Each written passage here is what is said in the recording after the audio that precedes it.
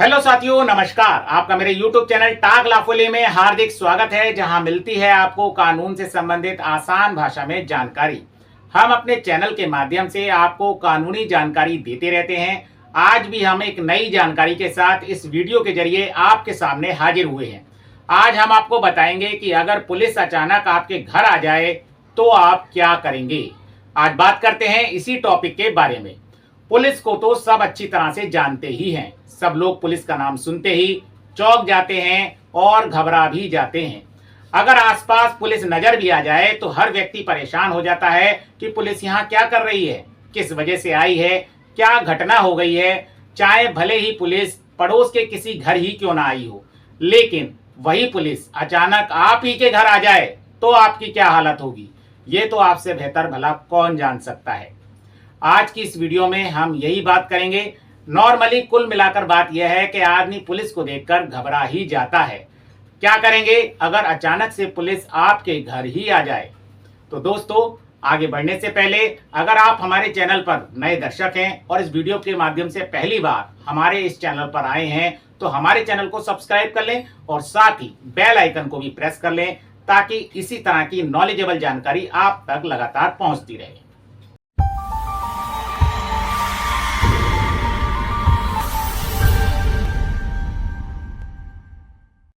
दोस्तों, अगर पुलिस अचानक से आपके घर आ जाए तो कैसे आप उसे हैंडल करेंगे, आपको इसके बारे में जानकारी होना बहुत जरूरी है।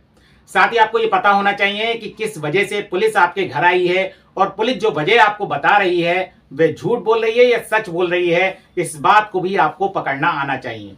दोस्तों, पुलिस जब भी आपके घर आती है तो उसकी कुछ वजहें हो सकती हैं। सबसे पहली वजह है कि कोर्ट का सम्मन या नोटिस। पुलिस अगर घर पर आई है, अगर उसके पास कोर्ट का सम्मन या नोटिस है तो पुलिस इसके बारे में आपको बताएगी।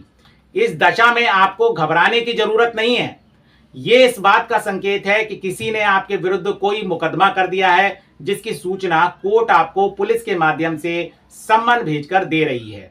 या आप किसी केस में गवाह हैं और कोर्ट ने आपको सम्मन के रूप में पुलिस के माध्यम से बुलावा पत्र भेजा है कि आप कोर्ट में नियत तारीख पर हाजिर हों और अपनी बात कोर्ट के समक्ष रखें। तो एक तो वजह यह हो सकती है कि पुलिस आपके पास कोर्ट का सम्मन या नोटिस लेकर आपके घर आई हो। लेकिन घबराएं नहीं, ऐसी सूरत में पुलिस आपको कोई अरेस्ट नहीं करेगी। घबराना नहीं है, यह बस कोर्ट का सम्मन है जिसे देने के लिए पुलिस आपके घर आई है। इसका बस इतना मतलब है कि कोर्ट ने आपको बुलाया है। अब सवाल उठता है कि कब कोर्ट जाना है, कौन सी कोर्ट जाना है, किस मुकदमे में जाना है और किस समय जाना है। वो सब बातें सम्मन में लिखी रहती हैं। सम्मन पर कोर्ट की बाकायदा मोहर और पीठासीन अधिकारी के हस्ताक्षर होते हैं, जिस कोर्ट ने उसे जारी किया होता है। तो दोस्तों, यहाँ पुलिस से डरने या घबराने जैसी कोई बात नहीं है। ये पुलिस की ड्यूटी है। पुलिस को कोर्ट को अपनी रिपोर्ट देनी होती है। यहाँ भी ये बात ध्यान देने वाली है कि सम्मन आपको लेने के लिए पुलिस आपको हरगिज फोर्स नहीं करेगी। सम्मन 2 प्रतियों में होता है दोस्तों। अगर आप ले लेते हो तो 1 प्रति आपको पुलिस दे देगी और नहीं लेते हो तो पुलिस कोर्ट को अपनी रिपोर्ट लगाकर सम्मन कोर्ट को वापस कर देगी।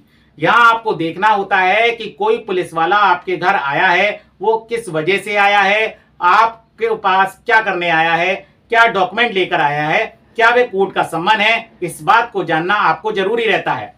कोर्ट का सम्मन या नोटिस है तो उसे रिसीव कीजिए और उसके अकॉर्डिंग जो भी उचित कानूनी कार्रवाई है उसे अपने वकील साहब के माध्यम से करवाइए। दोस्तों, दूसरी वजह हो सकती है कि पुलिस आपको नोटिस देने आई हो। तो ऐसा नहीं है कि कोर्ट ही आपको नोटिस दे सकता है, पुलिस भी आपको नोटिस दे सकती है। तो किस नेचर का नोटिस होता है, चलिए बताते हैं। तो ये नोटिस आपको अरेस्ट करने के लिए नहीं होता। ये पुलिस नोटिस होता है, मान लीजिए कि पुलिस ने आपके खिलाफ कोई एफआईआर दर्ज हुई है, तो ऐसी सूरत में पुलिस आपको नोटिस दे सकती है। ये नोटिस इस बात का है कि आपके खिलाफ एफआईआर हुई है, थाने आइए और इन्वेस्टिगेशन को ज्वाइन कीजिए। तो ये पुलिस का नॉर्मल प्रोसीजर होता है। अगर 7 साल तक की सजा वाला कोई मामला आपके विरुद्ध थाने पर दर्ज हुआ है तो ये पुलिस की ड्यूटी है कि वे सिर्फ आपको नोटिस दे और उस नोटिस पर आपके हस्ताक्षर कराए। बस उसके बाद पुलिस को डिसाइड करना होता है कि आरोपी को अरेस्ट करना है या नहीं करना है। तो इसमें घबराइए नहीं। अगर ऐसा कोई नोटिस पुलिस आपके लिए लाई है तो आप नोटिस को रिसीव कीजिए और थाने पहुंचकर इन्वेस्टिगेशन को ज्वाइन कीजिए। यहाँ भी डरने और घबराने जैसी कोई बात नहीं है। बस वजह जाननी जरूरी है कि नोटिस क्यों आया है या कोर्ट का सम्मन क्यों आया है। पुलिस हमेशा अरेस्ट करने के लिए ही घर पर नहीं आती। इस धारणा को मन से निकाल दीजिए। कई अन्य वजह भी पुलिस के घर आने की हो सकती हैं। जब पुलिस किसी के घर जाती है, पुलिस के नोटिस अन्य वजह से भी देती है कि मान लीजिए कि आपने अपना पासपोर्ट बनवाया है, क्योंकि पासपोर्ट में पुलिस वेरिफिकेशन की जरूरत होती है, तो भी पुलिस आपके घर आती है। तो यहां उसका मकसद सिर्फ आपको वेरीफाई करना ही होता है और कुछ नहीं। आप पुलिस से पूछ सकते हैं कि उसके आपके घर आने का क्या कारण है। पुलिस आपको किसी भी काम करने के लिए विवश नहीं कर सकती, चाहे वे सम्मन लेने की बात हो या आपके बयान देने की बात हो। वो सिर्फ अपनी ड्यूटी करती है और जो औपचारिकताएं जरूरी होती हैं बस उसका उसे पालन करना होता है। तीसरी चीज है वारंट और अरेस्टिंग, जिसका डर आदमी में होता ही है। यहां भी आपको यह समझना होता है कि वारंट दो प्रकार के होते हैं। एक तो बेलेबल वारंट होता है, दूसरा नॉन बेलेबल वारंट होता है। अगर वारंट बेलेबल है और कोर्ट ने उसे जारी किया है तो यहां पुलिस की सिर्फ इतनी ड्यूटी है कि वे उस वारंट के बारे में आपको बताए और कहे ये बात कि आपके खिलाफ बेलेबल वारंट है और कोर्ट में जाकर आपको उसको ठीक करा लें।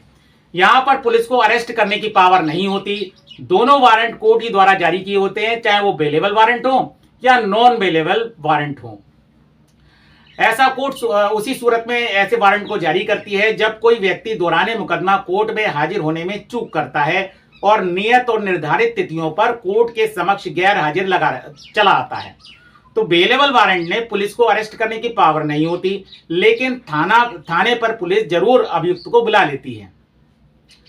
पुलिस को यहां अरेस्ट करने की बेलेबल वारंट में जरूरत नहीं होती। तो यहां पुलिस की ड्यूटी होती है कि जिसके खिलाफ नॉन बेलेबल वारंट है उसे पकड़कर कोर्ट के समक्ष पेश करना, बस इतना सा काम होता है। तो ऐसी सूरत में जब आपको पता चल जाए कि आपके खिलाफ ऐसे नॉन बेलेबल वारंट हैं, तो आप अपनी गैर हाजिरी का उचित कारण दर्शाते हुए अपने वकील साहब के माध्यम से ऐसे वारंट को कोर्ट से निरस्त करवा सकते हैं। तो इसमें डरने की कोई ऐसी बात नहीं है, क्योंकि पहली बार एनबीडब्ल्यू जारी होने पर पुलिस अरेस्ट करने से बचती है, क्योंकि पुलिस की औपचारिकताएं बढ़ जाती हैं जो किसी को व्यक्ति को अरेस्ट करने पर पुलिस अधिकारी को करनी होती हैं, जिसमें पुलिस का टाइम वेस्ट होता है। हालांकि पुलिस की एक कानूनी जिम्मेदारी भी होती है कि वे उस व्यक्ति को अरेस्ट करके कोर्ट के समक्ष पेश करे जो कोर्ट से लगातार गैर हाजिर चल रहा है। लेकिन अगर कोर्ट से बार बार एनबीडब्ल्यू जारी होते हैं, बार बार गैर जमानती वारंट जारी होते हैं और कोर्ट एसपी या एसएसपी को आदेश देता है कि एनबीडब्ल्यू का अनुपालन कराएं, तो अब जिम्मेदारी बड़े अफसर पर आ जाती है और तब पुलिस को उस व्यक्ति को उठवाना पड़ता है और उसे अरेस्ट करके कोर्ट में पेश करना पड़ता है। अगर हालात इस लेवल के हैं तो आपको घबराने की जरूरत है। कोशिश ये करें कि ऐसे वारंट आप कोर्ट से अपने खिलाफ जारी मत होने दीजिए। अगर हो भी गए हैं तो उसे कोर्ट में वकील साहब के माध्यम से हाजिर होकर निरस्त करवा लीजिए।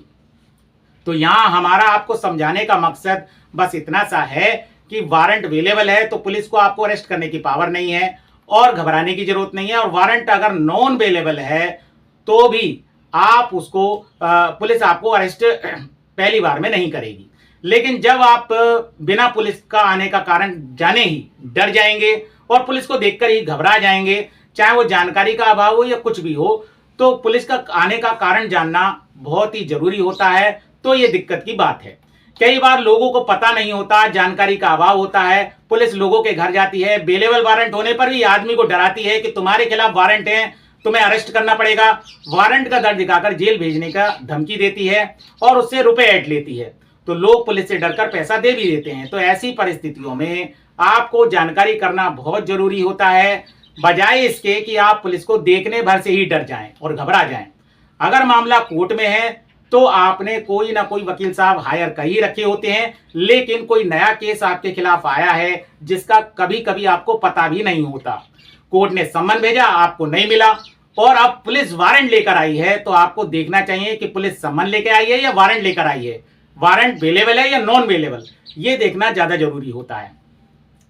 और बेलेबल और नॉन बेलेबल दोनों ही वारंट कोर्ट जारी करती है। पुलिस को उसे निरस्त करने का कोई अधिकार नहीं होता, ना ही आप पुलिस को कोई पैसा दें इसके बारे में। तो ऐसे मामले में पुलिस से घबराने की जरूरत नहीं है, बल्कि जानकारी करने की जरूरत है पुलिस कुछ नहीं कर सकती। पुलिस बस इतना कर सकती है कि वारंट अगर नॉन अवेलेबल है तो आपको अरेस्ट करके कोर्ट के समक्ष हाजिर कर सकती है। लेकिन पुलिस का मकसद यहां वारंट की या अरेस्टिंग का भय दिखाकर धन ऐंठने की मंशा नॉर्मली अधिक दिखाई देती है। तो आपको अपने कानूनी अधिकारों का पता होना चाहिए। अगर वजह गैर कानूनी होती है, जो अक्सर पुलिस करती है, वो क्या है कि वो ऐसा है कि पैसे के लालच में आकर किसी पक्ष से प्रभावित होकर दूसरे पक्ष पर नाजायज दबाव डालना ताकि उसका मोरल डाउन किया जा सके और वह पुलिस के भय से कॉम्प्रोमाइज कर ले। अगर पुलिस ऐसा कोई काम करे तो आप पुलिस से साफ तौर से कहें कि मुझे परेशान मत कीजिए। अगर कोई बात है तो कोई मुकदमा अगर मेरे खिलाफ है तो कानून के अनुसार बात करिए, मुझे नोटिस दीजिए, मैं थाने आता हूं और इन्वेस्टिगेशन को ज्वाइन करता हूं। इस तरह अचानक मेरे घर आने का मतलब नहीं है। कई बार पुलिस वाले किसी के प्रभाव में आकर गली मोहल्ले में खड़े होकर सामने वाली पार्टी को दिखाने के लिए नौटंकी या ड्रामेबाजी करते हैं। तो ऐसी दशा में आपको जवाब देना आना चाहिए। बेवजह अगर कोई पुलिस वाला आपके घर में दाखिल होकर आपको बेवजह परेशान करे, बेवजह धमकी दे, जिससे वीडियो रिकॉर्डिंग भी आप कर सकते हैं, कह सकते हैं कि आप मेरे घर आए हैं, ये मेरा घर है, वे आपके मना नहीं कर सकता क्योंकि यहां पर वो गलत है और आप सही हैं। पुलिस वाले से कहें कि अगर किसी ने मेरे खिलाफ मुकदमा दायर किया है थाने में तो मैं अपने वकील साहब के माध्यम से बिल फाइल करवा लेता हूं, तो मुझे बताएं कि आपके आने का कारण क्या है। तो कई बार पुलिस ऐसा भी करती है। तो सजग रहिए, सावधान रहिए, कानूनी बातों को जानते रहिए और समझते रहिए। यही हमारे चैनल का उद्देश्य है। मिलते हैं एक नई वीडियो में एक नई कानूनी जानकारी के साथ। नमस्कार दोस्तों।